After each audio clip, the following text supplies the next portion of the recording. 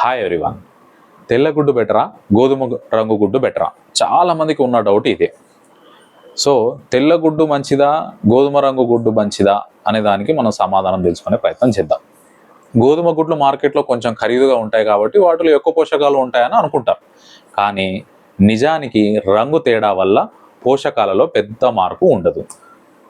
గుడ్డు రంగు ఎందుకు మారుతుంది? కోడి జాతి ఆధారంగా గుడ్డు రంగు నిర్ణయించబడుతుంది.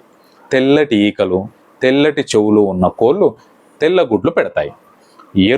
ఎరుపు ఈకలు, ఎరుపు చెవులు ఉన్న కోళ్ళు గోధుమ గుడ్లు పెడతాయి.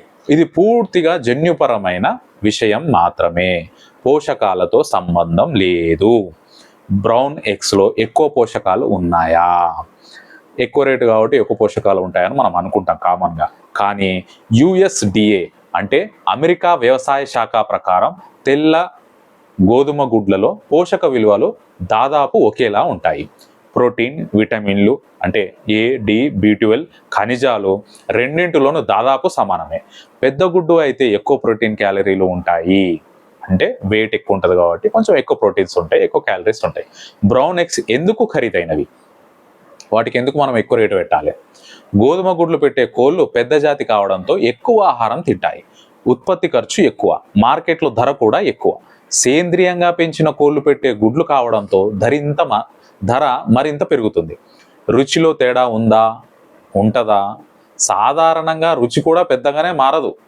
కానీ కోడి జాతి, దానా రకం, గుడ్డు తాజాదనం, వండిన విధానం ఆధారంగా స్వల్ప తేడా ఉండొచ్చు.